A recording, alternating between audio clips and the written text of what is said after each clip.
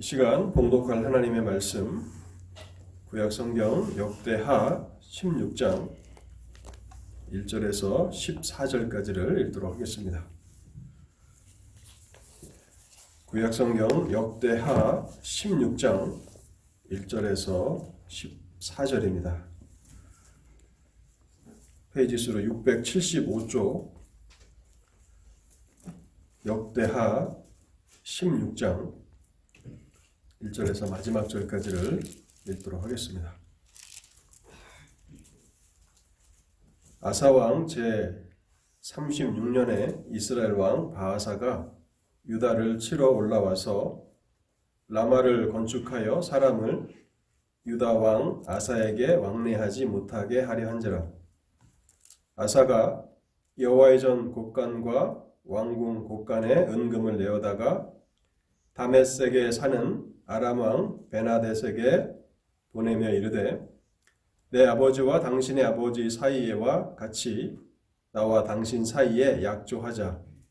내가 당신에게 은금을 보내노니 와서 이스라엘 왕 바아사와 세운 약조를 깨뜨려 그가 나를 떠나게 하라 하매 베나닷이 아사 왕의 말을 듣고 그의 군대 지휘관들을 보내어 이스라엘 성읍들을 치되 이온과 단과 아벨마임과 납달리의 모든 국고 성을 쳤더니 바아사가 듣고 라마 건축하는 일을 포기하고 그 공사를 그친지라.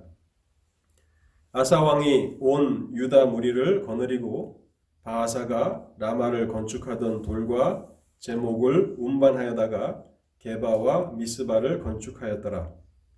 그때의 선견자 하나니가 유다 왕 아사에게 나와서 그에게 이르되 왕이 아람 왕을 의지하고 왕의 하나님 여호와를 의지하지 아니하였으므로 아람 왕의 군대가 왕의 손에서 벗어났나이다. 구스 사람과 룻 사람의 군대가 크지 아니하며 말과 병거가 심히 많지 아니하더이까. 그러나 왕이 여호와를 의지하였으므로 여호와께서 왕의 손에 넘기셨나이다. 여호와의 눈은 온 땅을 두루 감찰하사 전심으로 자기에게 향하는 자들을 위하여 능력을 베푸시나니 이 일은 왕이 망령되이 행하였은즉 이후부터는 왕에게 전쟁이 있으리이다 하매 아사가 노하여 선견자를 옥에 가두었으니 이는 그의 말에 크게 노하였음이며 그때의 아사가 또 백성 중에서 몇 사람을 학대하였더라. 아사의 처음부터 끝까지의 행적은 유다와 이스라엘 열왕기에 기록되니라. 아사가 왕이 된 지 39년에 그의 발이 병들어 매우 위독했으나 병이 있을 때에 그가 여호와께 구하지 아니하고 의원들에게 구하였더라. 아사가 왕위에 있은 지 41년에 1년 후에 죽어 그의 조상들과 함께 누움에 다윗성에 자기를 위하여 파두었던 묘실에 우리가 장사하되 그의 시체를 법대로 만든 각양 향재료를 가득히 채운 상에 두고 또 그것을 위하여 많이 분향하였더라. 아멘. 그 설교를 위해서 잠시 기도하겠습니다. 하나님 아버지, 저희를 오늘도 하나님의 말씀 앞에 세우시니 감사합니다. 저희의 마음을 겸손케 하시고 부드럽게 하여 주셔서 하나님의 말씀을 기쁨으로 받게 하시고 믿음으로 연락하게 하옵소서. 하나님, 이 기록된 말씀은 우리의 영혼의 양식으로 주신 말씀이오니 성령께서 이 시간에도 말씀을 통해서 말씀과 함께 역사하실 때에 우리가 하나님으로부터 영혼의 양식을 얻게 하시고 그래서 우리의 마음이 강하여지고 또 우리의 마음이 힘을 얻어서 열심으로 하나님을 의지하며 온 마음으로 하나님을 섬겨나갈 수 있도록 이 말씀을 통해서 일하여 주옵소서. 심히 부족한 자가 또 말씀을 증거하기 위해서 단에 섰습니다. 주의 성령께서 사용하시는 도구가 되게 하시고 이 강단을 통해서 하나님께서 말씀을 공급해 주실 때에 우리가 믿음 안에서 하나님 앞에서 성숙함으로 날마다 자라나가도록 오늘도 말씀을 통해서 일하여 주옵소서. 이 시간을 주의 성령께 온전히 의탁하올 때에 우리 주 예수 그리스도의 이름으로 기도하옵나이다. 아멘. 하나님께서 창조하신 이 창조 세계에는 일종의 공통된 특징이 있습니다. 창조된 모든 것들에는 시작과 끝이 있음을 우리는 발견하게 됩니다. 하루의 시작인 새벽이 있는 것처럼 하루의 끝인 밤이 있습니다. 한 해가 시작하는 날이 있고 또 그 해의 마지막 날도 여전히 있습니다. 시간과 역사는 계속 시작과 끝을 반복하면서 이어지고 있는 것 같지만 결국에는 우리가 살아가는 이 시간도 또 인간의 역사도 그 마지막을 향하여 나아가고 있음을 알게 됩니다. 우리의 인생도 우리의 삶도 다르지 않습니다. 우리가 처음 태어난 이 땅에 태어난 날이 있었던 것처럼 반드시 우리의 마지막 날도 있습니다. 오늘은 2020년 마지막 주일인데요. 어떤 말씀을 생각할까를 고민하면서 마지막 주일에 성경에 기록되었던 한 인물을 같이 깊이 생각해 보면서 교훈을 얻는 것이 좋겠다고 그렇게 마음이 들었습니다. 오늘 소개하려고 하는 이 인물은 처음에 훌륭하게 잘 시작했지만 그러나 마지막이 아름답지 못했던 인물, 그 마지막이 너무나 안타까웠던 한 인물을 생각해 보고자 합니다. 그 사람은 유다의 왕이었던 아사였는데요.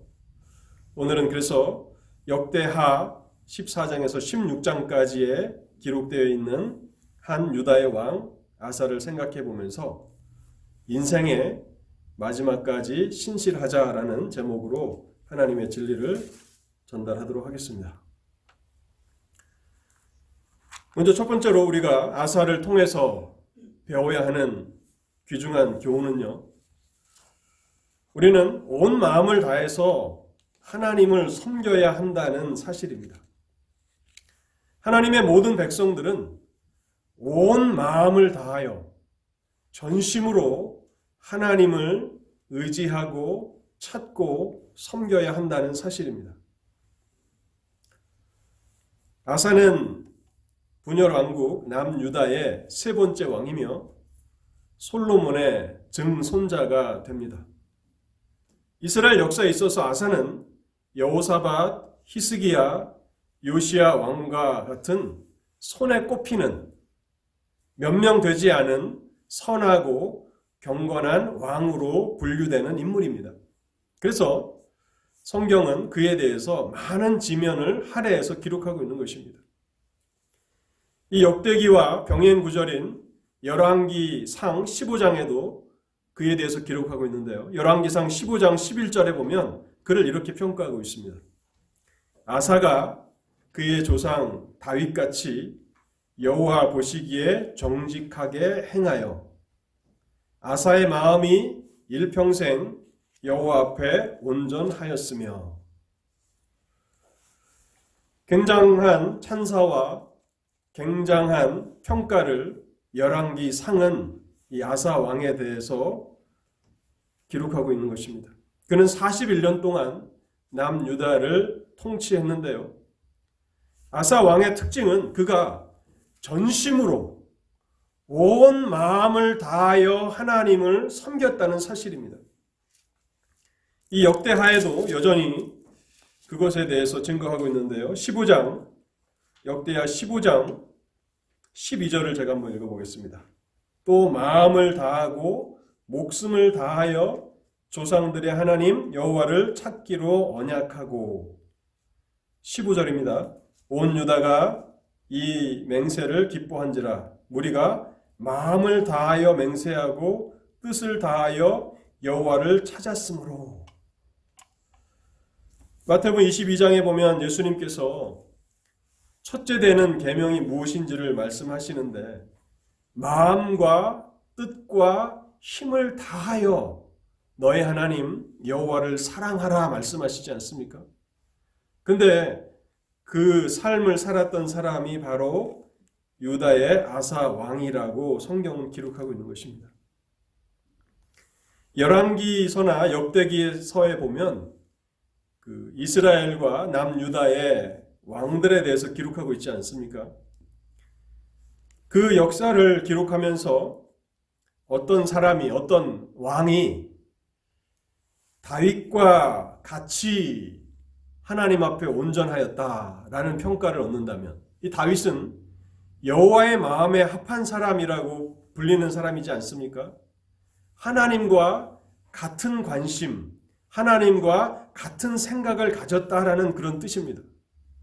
그래서 다윗과 같이 온전하였다라고 하는 평가를 받는다면 그것은 어떤 왕에 대한 최고의 칭찬입니다. 근데 성경은 특별히 열왕기상 15장은 아사가 그런 왕이었다고 기록하고 있는 것입니다. 한 실례를 들자면 역대하 25장에 보면 유다의 왕 아마샤라는 왕이 기록되어 있는데요. 그를 이렇게 평가합니다. 아마샤가 여호와 보시기에 정직하게 행하기는 하였으나 온전한 마음으로 행하지는 아니하였더라. 참 그 구절을 이해하기가 좀 난해하죠. 여호와 보시기에 정직하게 행하기는 하였으나 온전한 마음으로 행하지는 아니하였더라. 이것은 이 아마샤라고 하는 이 인물을 그 유다의 왕들과 비교할 때, 상대적으로 비교할 때, 그의 아버지였던 요아스와 비교할 때 그 수준에서 정직하였다는 것입니다. 그러나 절대적인 평가, 다윗과 비교한다면 온전한 마음이 아니었다는 그런 평가죠. 본문은 아사 왕이 전심으로 하나님을 의지하였다는 한 실례를 기록하고 있는데요. 그것은 11절에 잘 기록되어 있는 건데 구스 사람 세라라고 하는 인물이 300대의 병거를 이끌고 100만 대군을 대동하고 유다를 쳐들어옵니다. 어마어마한 군사력이죠.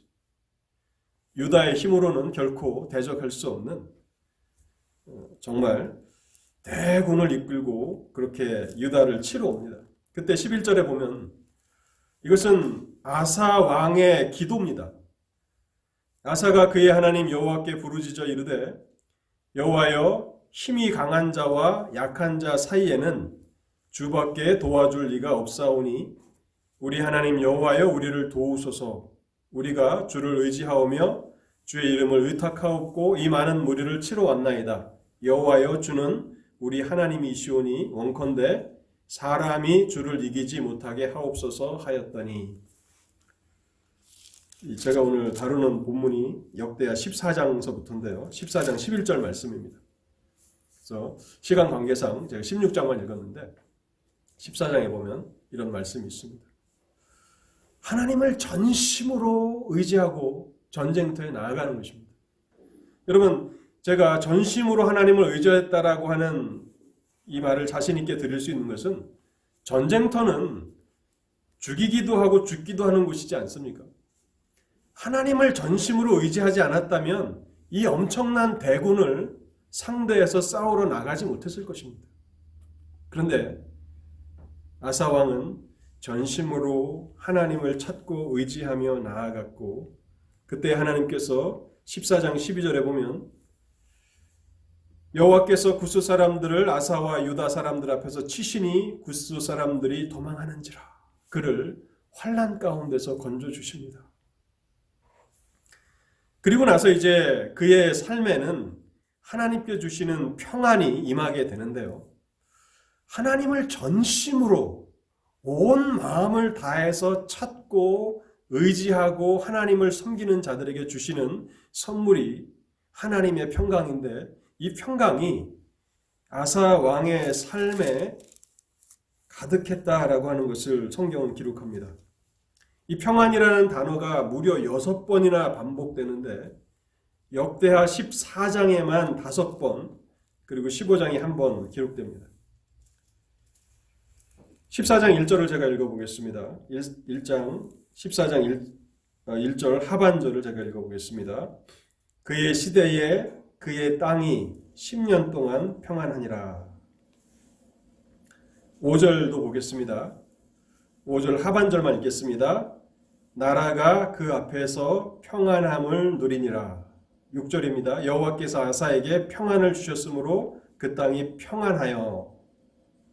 7절 하반절입니다. 주께서 우리 사방에 평안을 주셨느니라 하고. 하나님께서 아사 왕의 시대에 평안을 주셨다는 것입니다. 여러분, 이것이 얼마나 놀라운 것인가 하면 그 시대는 끊임없이 전쟁이 일어나는 시대였습니다. 마치 우리가 지금 국제사회에도 보이지 않는 무역 전쟁이 있지 않습니까? 총을 가지고 이렇게 싸우진 않지만, 군사력을 가지고 싸우진 않지만 치열한 무역 전쟁이 일어나는 것이죠. 그래서 어떤 나라는 손해를 보고 어떤 나라는 이익을 보고, 그래서 어떤 기업은 망하기도 하고 어떤 기업은 흥하기도 하는 것입니다. 죽고 죽이는 무서운 살벌한 전쟁이 일어나는 것이죠. 근데 이 당시에는 총칼로, 이렇게 칼로 또 활로 이렇게 싸웠던 그런 시대죠. 근데 그 시대에 전쟁이 없었다라고 하는 것은 하나님께서 아사 왕을 얼마나 놀랍게 축복해 주셨는지를 그렇게 우리에게 기록해 주는 한 증거가 된다는 것입니다. 10년 동안 그 나라에 전쟁이 없었다는 것입니다. 그렇다면 우리는 이제 두 번째 크게 중요한 주제를 생각해 보려고 하는데요. 어떻게 아사는 전심으로 하나님을 섬기며 살아갈 수 있었는가 하는 것입니다. 어떻게 그가 온 마음을 다하여 하나님을 의지하고 찾고 섬길 수 있었는가? 그 비결이 무엇인가를 생각해 보겠습니다. 15장에 이제 그 비결을 기록하고 있는데, 역대하 15장인데요. 그것은 그가 하나님의 말씀을 기쁨으로 받았고 하나님의 말씀으로 인해서 마음이 강하게 되었기 때문에 그런 것입니다. 그는 하나님의 말씀을 기쁨으로 받았습니다. 믿음으로 달게 받았고 그 결과 그의 마음이 강하여지게 되었습니다. 여기 마음이 강하게 되었다라고 하는 것은 마음이 나누어지지 않았다는 것입니다. 마음이 한 가지 일을 위해서 굳게 단단하게 이렇게 결합되어 있다는 것을 뜻하는 것인데요. 15장 18절을 제가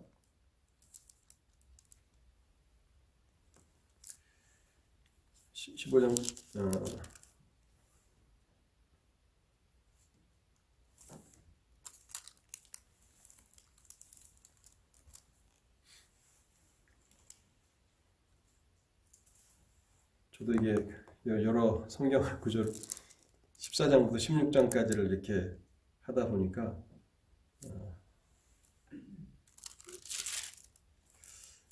좀 나중에 그 본문을 읽어드리도록 하겠습니다. 그는 하나님의 말씀을 기쁨으로 이렇게 받았고 그래서 마음이 강하게 되어서 전심으로 하나님을 따랐습니다.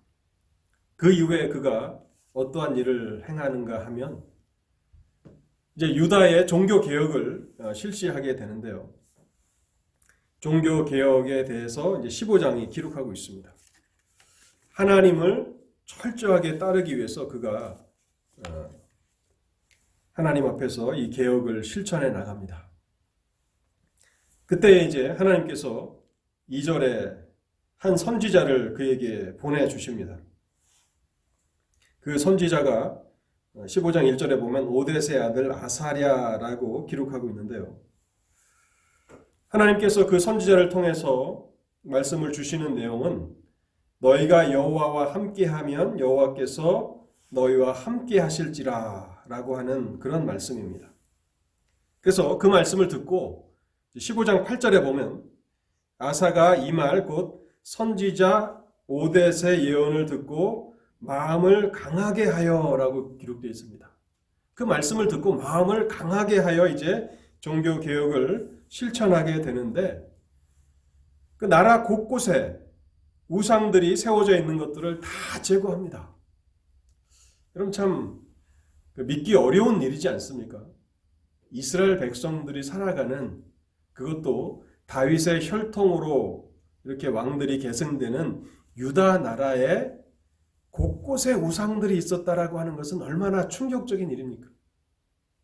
그것도 뭐 역사가 많이 흘러간 것도 아니고, 이 아사는 솔로몬의 증손자밖에 되지 않는데도 불구하고 이미 나라에 여러 곳에 우상이 있었다는 것입니다. 그래서 그 우상들을 다 제거하였고, 더 나아가서 그가 15장 16절 17절에 보면 그 어머니 마아가가 만든 아세라 목상까지 깨트리고 그것을 부수고 가루로 만들었다. 그리고 그의 어머니를 태우의 자리에서 쫓아냈다 하는 것입니다. 아마도 자기 어머니가 끝까지 우상 숭배를 포기하지 않았기 때문에 그 태후의 자리를 패한 것으로 보입니다.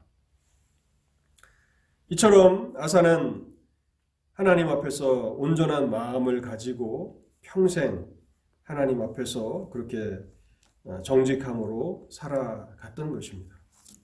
그래서 하나님은 그의 시대를 놀랍게 축복하시는데, 그래서 19절에 보면 이때부터 아사 왕 제35년까지 다시는 전쟁이 없으니라. 마지막 한 학자들에 의하면 한 5년 정도, 5년 정도는 좀 그의 부족함들이 드러났지만 그의 통치 기간, 거의 그 모든 통치 기간 가운데는 하나님의 평강이 임했다라고 그렇게 기록하고 있는 것입니다. 어떻게 전쟁이 끊임없이 일어나는 그 시대에 그의 나라는 평안할 수 있었는가? 14장 14절에 보면요, 거기에 대한 힌트를 이렇게 기록합니다. 여호와께서 그날 사면 모든 성읍 백성을 두렵게 하시니. 그 사면에 유다 나라의 사면 백성들을 두렵게 하셨다는 것입니다. 그래서 감히 하나님이 함께 하시는 그 나라를 공격할 엄두를 낼 수 없을 정도로 하나님께서는 그렇게 주변 나라들을 두렵게 하셨고 유다에는 평안을 주셨다라고 기록하고 있는 것입니다. 그뿐만 아니라 이제 남과 북으로 이스라엘이 분열되어 있지 않습니까? 그럼에도 불구하고 북쪽에 살아가던 경건한 하나님의 백성들, 경건한 사람들이 하나님께서 아사 왕과 함께 하심을 보고서 이제 유다로 이주하는 사람들이 생기게 됩니다. 15장 9절인데요. 또 유다와 베냐민의 무리를 모으고 에브라임과 므낫세와 시므온 가운데서 나와서 저희 중에 머물러 사는 자들을 모았으니 이는 이스라엘 사람들이 아사의 하나님 여호와께서 그와 함께 하심을 보고 아사에게로 돌아오는 자가 많았음이더라. 나라가 점점 더 부강해지고 군사적으로도 강력해지고 하나님께서 주시는 평안이 임하는, 그래서 지상에 하나님의 나라가 이루어지는 것처럼 그렇게 하나님의 함께 하심이 나타났다는 것입니다. 여러분, 우리는 성경에 기록된 이 한 인물을 통해서 우리가 하나님을 섬기는 사람으로서 하나님을 섬기는 이 일에, 하나님을 의지하고 찾는 이 일에 우리의 온 마음을 다해야 한다라고 하는 사실을 배우는 것입니다. 하나님을 우리가 온 마음으로 찾는다면, 우리가 온 마음으로 전심으로 하나님을 찾으며 나아간다면 하나님이 그 인생을, 그 삶을 얼마나 놀랍게 축복하시는가를 우리는 보게 됩니다. 그 비결이 우리는 성경을 통해서 배우게 되는데, 그 비결은 다름 아닌 하나님의 말씀을 그가 믿음으로 받게 되었고, 그래서 그 말씀으로 인해서 그의 마음이 강하게 되었기 때문에 그는 하나님 앞에 나아갈 때 전심으로 나아갈 수 있었다는 사실입니다. 이제 본문을 통해서 세 번째 그 부분을 생각해 보려고 하는데요. 마지막 교훈을 생각해 보려고 하는데요. 아마 이 부분이 오늘 설교의 가장 중요한 부분일 것입니다. 인생의 마지막까지 하나님 앞에 신실하게 살아갈 수 있는 은혜를 구해야 한다는 사실입니다. 우리는 인생의 마지막까지 하나님 앞에서 신실하게 살아갈 수 있는 은혜를 구해야 합니다. 열왕기상은 이 아사 왕의 마지막 그 2년에 대해서 또 조금 더 길게 잡으면 마지막 5년 정도의 삶에 대해서 침묵하고 있습니다. 그런데 역대기서는 무려 한 장을 할애해서 16장 한 장을 할애해서 그의 마지막 행적을 추적하고 있는데요. 이것은 우리에게 던지는 교훈이 실로 큰 것입니다. 하나님께서 아사 왕과 그 시대의 백성들에게 오랜 평안함을 주셨습니다. 그가 통치를 시작할 때부터 전심으로 온 마음을 다하여 하나님을 의지하고 찾고 섬겼을 때에 하나님이 주변 모든 나라들을 두렵게 하셔서 평안이 임하게 하셨습니다. 그런데 그 오랜 기간의 평안함이 영적인 퇴보와 영적인 해이함을 초래하게 되었음을 오늘 우리가 읽은 역대하 16장이 밝히고 있습니다. 우리가 하나님 앞에서 하나님께서 주신 그 은혜들을 누릴 때 그것이 하나님의 은혜의 선물이라는 것을 늘 깨닫고 감사하지 않는다면, 마치 내가 당연히 누려야 하는 권리인 것처럼 착각한다면 하나님의 선물이 우리에게 축복이 되지 못할 수도 있다는 사실을 발견합니다. 그가 마지막 인생의 마지막 부분에 영적으로 크게 퇴보하였다라고 하는 증거는요, 16장 1절에 나타나는데요. 아사왕 제36년에 그 바로 윗구절에 보면 35년까지 평안이 임했다라고 기록하고 있고, 16장 1절은 아사왕 제36년에 이스라엘 왕 바하사가 유다를 치러 올라와서 라마를 건축하여 사람을 유다 왕 아사에게 왕래하지 못하게 하려 한지라. 여러분, 이 말씀은요, 하나님의 평화가 깨트려졌다는 것을 의미하는 것입니다. 뭔가 하나님과 아사 왕 사이의 관계에 문제가 생겼다는 것을 우리에게 암시하는 것입니다. 그래서 오랫동안 누렸던 평화가 깨지고 갑작스럽게 위기가 찾아옵니다. 그런데 이것은 아사의 영적인 상태와 무관하게 일어나는 일이 결코 아니라는 사실을 성경은 우리에게 암시해 주고 있는 것입니다. 자, 이렇게 되자 그가 이제 어떻게 이 일을 대처하는가를 기록하고 있는데요. 16장 2절과 3절을 제가 읽어보겠습니다. 아사가 여호와의 전 곡관과 왕궁 곡관의 은금을 내어다가 다메섹에 사는 아람 왕 베나닷에게 보내며 이르되, 내 아버지와 당신의 아버지 사이와 같이 나와 당신 사이에 약조하자. 내가 당신에게 은금을 보내노니 와서 이스라엘 왕 바하사와 세운 약조를 깨뜨려 그가 나를 떠나게 하라 하매. 이 본문은 그의 마음이 전과 달라졌다라고 하는 명백한 증거가 됩니다. 그러니까 통치를 시작했을 때에 구스 왕이 100만 대군을 이끌고 쳐들어왔을 때는 두려운 것이 없었습니다. 하나님을 전심으로 의지하고 있었기 때문에, 하나님을 전심으로 찾으며 하나님을 섬기고 있었기 때문에 하나님이 반드시 나를 건지실 것이라고 하는 확신 가운데 전쟁터로 나가서 대군을 무찔러 크게 승리했습니다. 지금은 마음이 하나님에게서 떠나가니까, 마음이 하나님 앞에 온전하지 않으니까 북이스라엘의 바하사가 쳐들어왔는데 바하사의 군대가 얼마나 되겠습니까? 100만 대군이 되겠습니까? 그 당시 북이스라엘은 그렇게 강성한 군사력을 가지지 못했을 것이고, 아마 100만 대군은 둘째치고 뭐 20만이나 30만 기껏해야 그런 군사를 이끌고 쳐들어왔을 겁니다. 그럼에도 불구하고 그는 하나님을 찾지 않고 아람 왕 베나닷에게 달려갑니다. 왕궁의 보물과 또 여호와의 성전에 있는 보물까지를 다 털어서 아람 왕 베나닷에게 뇌물로 바치고 나를 좀 도와달라고 원조를 요청하고 있는 것입니다.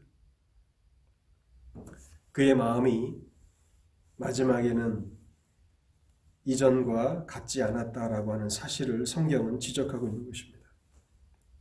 그런데 그의 이 일이 겉으로 볼 때는 어느 정도 성공을 거둔 것 같습니다. 베나닷이 많은 뇌물을 받고 북이스라엘 바하사와 조약을 맺었는데 그 조약을 깨트립니다. 그리고 오히려 북이스라엘을 공격해서 바하사가 유다를 더 이상 위협하지 못하게 만들고요. 더 나아가서 바하사가 이제 라마라고 하는 곳에 예루살렘 북쪽에 있는 지명인데요. 그 길목을 막고서 북이스라엘 백성들이 남유다로 이주하는 것을 막으려고 했습니다. 왜냐하면 하나님이 함께 하시고 그 나라가 평안하니까 북쪽에 있었던 경건한 하나님의 백성들이 남쪽으로 많이 이주하는데 그것을 막으려고 라마에다가 이제 그 성을 건축하려고 했는데 이제 베나닷을 통해서 다른 위협이 있으니까 그것을 다 버려두고 도망갑니다. 그러자 그가 바하사가 가지고 왔던 목재와 돌을 다 유다로 가져와서 이제 유다의 그 성읍들을 건설하게 되었다고 이렇게 성경이 기록합니다. 그러니까 뭐 크게 손해 본 것 같지는 않아요. 나름대로 정치적으로 잘 이 위기를 극복해 나간 것 같습니다. 그런데 문제는 무엇입니까? 그 일을 하나님께서 기뻐하지 않으신다라고 하는 사실에 있는 것입니다. 하나님은 이번에도 선지자를 보내시는데요. 선지자 하나니라고 하는 그 선지자를 보내셔서 그를 책망하십니다. 16장 7절을 제가 읽어보겠습니다. 그때 선지자 하나니가 유다 왕 아사에게 나와 그에게 이르되 왕이 아람 왕을 의지하고 왕이 하나님 여호와를 의지하지 아니하였으므로 아람 왕의 군대가 왕의 손에서 벗어났나이다. 그러면서 8절에는 이전에 하나님께서 구스의 100만 대군을 물리쳤을 때의 역사를 회상하는 것입니다. 구스 사람과 룻 사람의 군대가 크지 아니하며 말과 병거가 심히 많지 아니하더이까. 그러나 왕이 여호와를 의지하였으므로 여호와께서 왕의 손에 넘기셨나이다. 그러면서 9절에 중요한 말씀을 덧붙입니다. 여호와의 눈은 온 땅을 두루 감찰하사 전심으로 자기에게 향하는 자들을 위하여 능력을 베푸시나니 이 일은 왕이 망령되이 행하였은즉 이후부터는 왕에게 전쟁이 있으리이다 하매. 망령되이 행했다, 어리석게 행했다라고 책망하고 있는 것입니다. 하나님께서 아사의 마음이 이전과 같지 않고 마음이 나누어지자 그를 책망하시기 위해서 선지자를 보내신 것입니다. 그런데 여러분, 그의 마음이 얼마나 퇴보하였는지 본문은 빼놓지 않고 기록하고 있는데요. 10절에 보면 그가 선지자의 말을 듣고 크게 노하였다고 기록하고 있습니다. 하나님의 말씀을 듣고 그것을 기쁨으로 달게 받지 못하고 믿음으로 받지 못하고 하나님의 책망하시는 말씀 앞에서 크게 노를 하고 그 말씀을 전하는 선지자를 감옥에 가둬버립니다. 여러분, 제가 어떻게 아사가 온 마음으로 전심으로 하나님을 섬길 수 있었는가, 그 비결이 말씀을 믿음으로 기쁨으로 받아서 마음이 강하게 되었기 때문이라고 말씀을 드리지 않았습니까? 지금 마음이 나누어진 사람들의 그 특징을 이 16장은 기록하고 있는데요. 하나님의 말씀을 선별하여 듣는다는 것입니다. 칭찬하는 말씀, 위로하는 말씀은 은혜의 말씀이라고 받고 책망하는 말씀을 들으면 크게 노한다는 것입니다. 그리고 그 말씀을 전하는 사람을 미워합니다. 싫어합니다. 이것이 우리가 영적으로 매우 병들어 있다라고 하는 그런 증거가 되는 것입니다. 본문에 보면 10절 하반절에 보면요. 아사가 또 백성 중에서 몇 사람을 학대하였더라라고 기록하고 있습니다. 이 말씀은 아마도 경건한 사람들이 많이 있었을 유다 땅에 하나님의 선지자를 학대하는 것은 옳지 않다라고 그렇게 왕에게 나가서 따지는 사람들이 있었을 것입니다. 왕이 회개해야지, 하나님 앞에 회개하고 잘못을 회개해야지 하나님의 선지자를 옥에 가두는 것은 옳지 않습니다라고 왕을 향해서 바른 말을 하는 사람들이었을 것입니다. 충신들이었을 것입니다. 그런데 백성 중에서 몇 사람을 학대하였더라. 듣기 싫다는 것입니다. 자기를 책망하는 말씀은 듣기 싫다는 것입니다. 얼마나 그의 마음이 예전과는 달라졌습니까?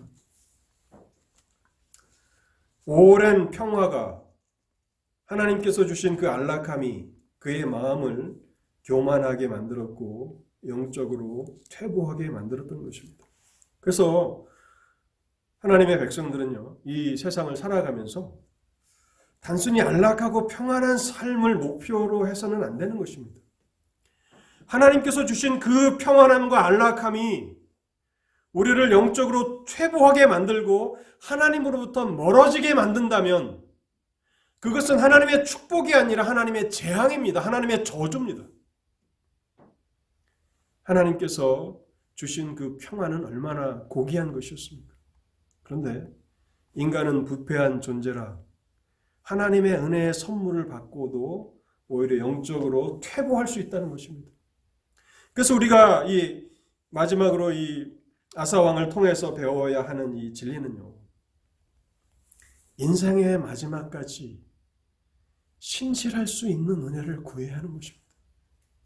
하나님께서 우리에게 축복으로 주시는 것들이 우리에게 재앙이 되지 않도록, 우리를 하나님으로부터 멀어지게 하지 아니하도록, 우리의 마음을 해이하게 만들지 않도록 하나님 우리를 늘 겸손케 하옵소서. 하나님의 말씀에 대해서 우리가 어떻게 반응하는가 하는 것은 하나님은 우리가 어떻게 대하고 있는가를 보여주는 거울입니다. 말씀을 달게 받고 말씀을 기쁘게 받는다는 것은 하나님을 그렇게 대한다는 것이고, 말씀을 거부한다는 것은, 말씀으로 진노한다는 것은 하나님을 그렇게 대하고 있다는 그런 표시가 되는 것입니다. 그래서 우리는 항상 겸손하기를 힘써야 하고, 하나님 앞에서 우리가 늘 하나님의 말씀을 순전함으로 받아서 마음이 나누어지지 않기를 간구해야 합니다. 여러분, 이 아사왕은 다윗과 비교되는 이스라엘의 손꼽을 만한 몇 사람 되지 않는 선하고 경건한 왕입니다. 그런데 다윗은 하나님 앞에 아사보다도 더 큰 죄를 범하였습니다. 그렇죠? 살인을 교사했고 또 간음을 저질렀던 그러한 사람이지 않았습니까? 그럼에도 불구하고 하나님께서 이 사람은 내 마음에 합한 사람이라고 말하는 그 이유가 어디 있습니까?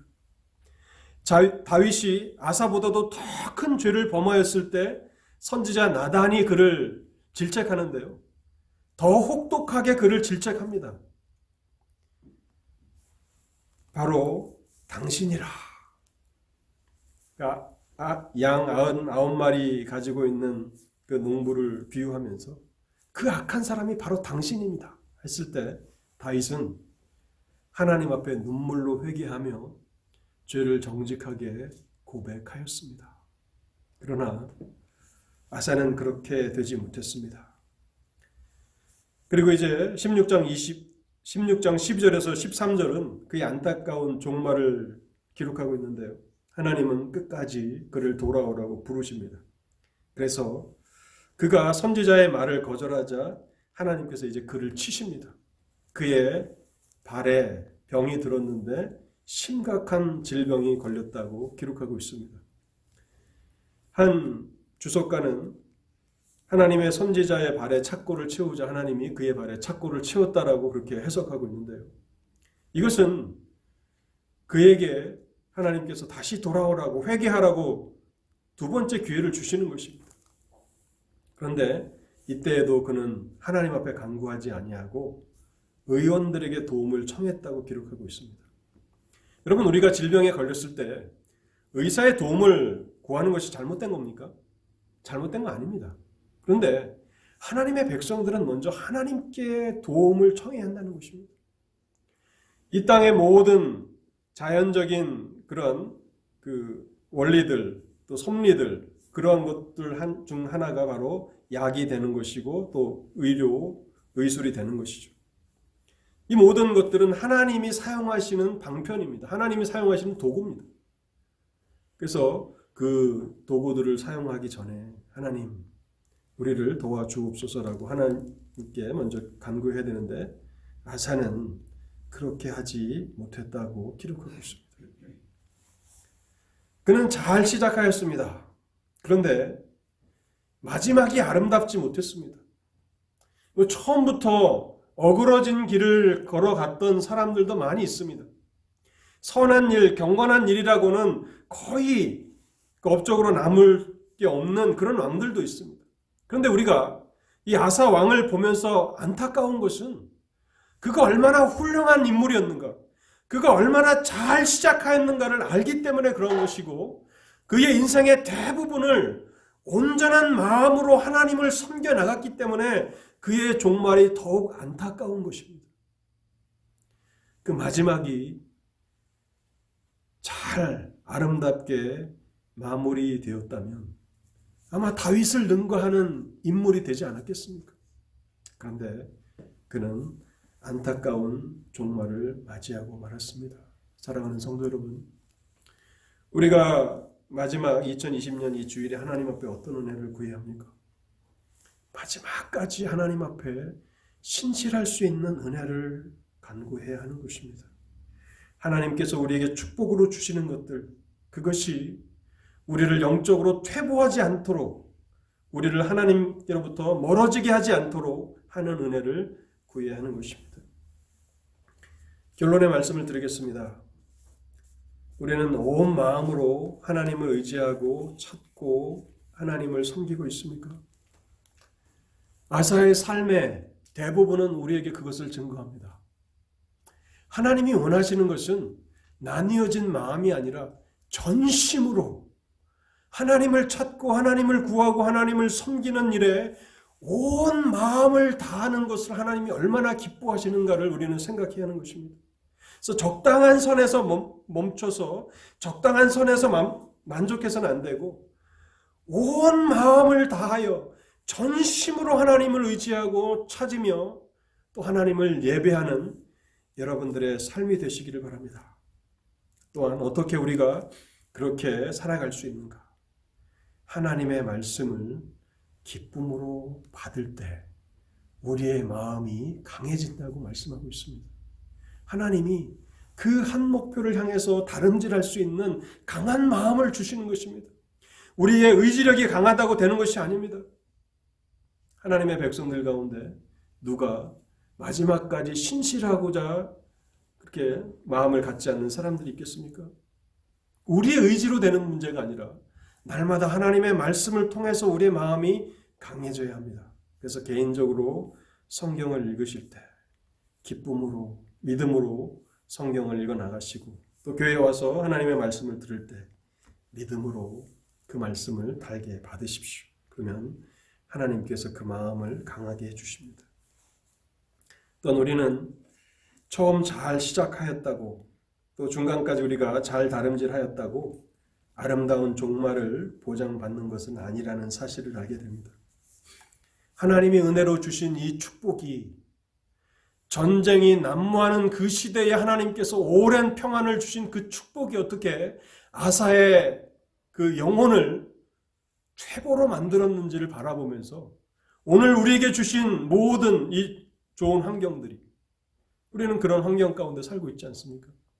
전 세계가 부러워할 만한 그런 환경 가운데 그런 나라 가운데 살고 있지 않습니까? 그런데 2020년 우리 교회는 또 우리의 영적인 환경은 어떻습니까? 하나님을 향해 앞으로 나아가고 있습니까? 아니면 퇴보하고 있습니까?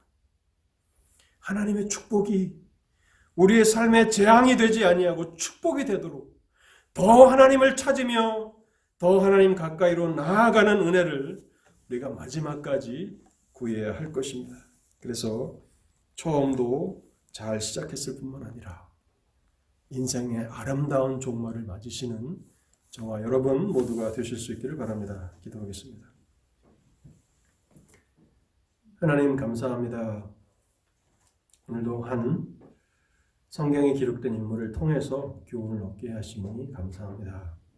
하나님, 올 한 해 우리가 하나님을 섬겨왔는데 우리의 수준에서 하나님을 잘 섬겨왔다고 만족할 것이 아니라 오늘도 하나님 앞에서 우리가 전심으로 하나님을 섬겨왔는가를 생각하며 우리의 부족한 부분들을 회개하며 또 하나님 앞에서 그것들을 새롭게 고치며 나아가는 시간들이 되게 하여 주옵소서.